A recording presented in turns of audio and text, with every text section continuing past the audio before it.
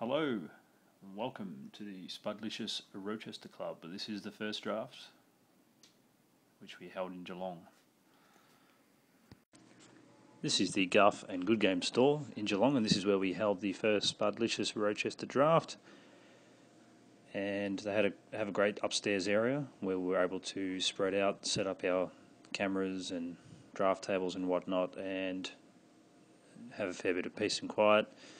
And this store specialises in Magic cards, Pokemon, Yu-Gi-Oh, board games. They've got heaps of board games, drinks, chips, high-speed internet, and a whole lot of computers. They have lock-in nights. It's a great social. It's like a clubhouse really. And it's a great social place for everyone together. Multiple Magic tournaments take place here every week, and I highly recommend it to anyone that's from the Geelong area or holidaying in the Geelong area or lives nearby and is thinking about travelling for a Magic tournament. Come down to Good Games in Geelong and have a bit of a game. So for the first draft we got our 8 players. We randomly seated them and they appeared in the following order. Dwayne, seat 1, which means he'll be opening the first booster. Duncan, Spud, Chris, Michael, Primoz, Tom and Al. Following the first booster being laid out, there's a 20-second review period where the players may review the boosters. Following that, they then must pick their card within 5 seconds, or they're given the oldest card.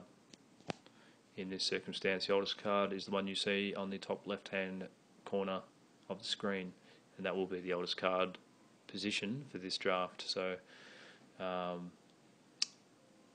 the oldest card basically means the one that hit the table first when the person laid it down. As long as everyone lays the cards out in the same order, that will always be the oldest card. So following the 20-second review period, you will see the players begin to pick their cards, and you'll get some kind of an indication on the players signalling the colour that they're going. Lee Jonker picks green, black. Duncan white. Spud blue. Chris white. Miller green. Primoz blue. Tom blue. Al's gone green. And then the wheel goes back again. You would have noticed Al took 2 picks in that particular booster. And the other thing that was interesting to note was that 2 of the guys took the same colour card that was sitting right next to each other. It might have been because of the colours that were in the booster there. And here comes booster number 2, which is being laid out right now. As the second booster gets laid out, normally there's a 20-second review period, but I've cut that out for the video. First pick, Stab Wound to Duncan. I've taken the Sphinx of the Chimes. Chris sticks with white.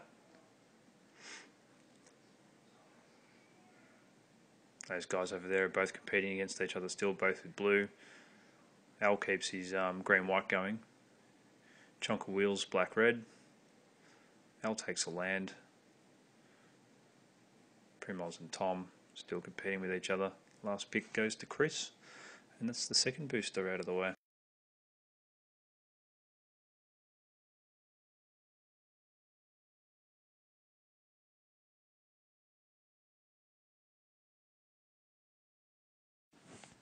So, with the third booster, we have a Slaughter Games as the rare slot. I take a Sky Knight as my pick.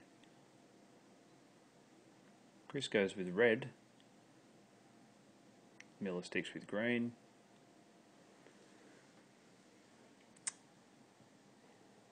Tom's still sticking with the blue. Al with the white. Duncan's wheeling with black-white. Goes back to Chonker. Back to Al. Back to Tom. Primoz. And Miller. That's the third booster. So now that you've got an idea of how the draft works, I might pop some music on, keep quiet for a while, and let you watch the draft in peace. And if you still don't quite get how it works, feel free to make some comments on the post. And you'll also find deck lists and a little bit of footage from the final match of the tournament as well. Okay, here's the 4th booster. Enjoy the rest of the draft.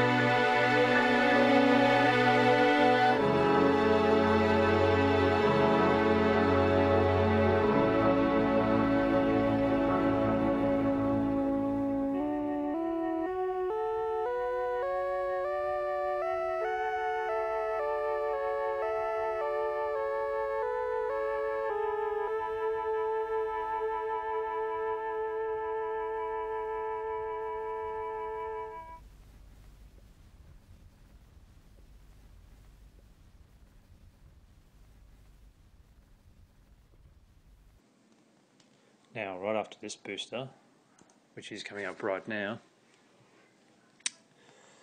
quite unprofessionally, the camera battery runs out and we don't realise for 2 boosters. So I think this is booster 17 anyway, and there's the booster. I can't really remember how the pics went, but if you look at the deck lists you'll be able to work it out, and then the video will cut straight through to this booster, which will be booster 19, I think. It's a bit hard to tell because Tom laid out quite a few boosters to help, because of where he was sitting, it just made it easy. But I'm pretty sure this is booster 19 anyway. Alright, we'll just see the last few boosters.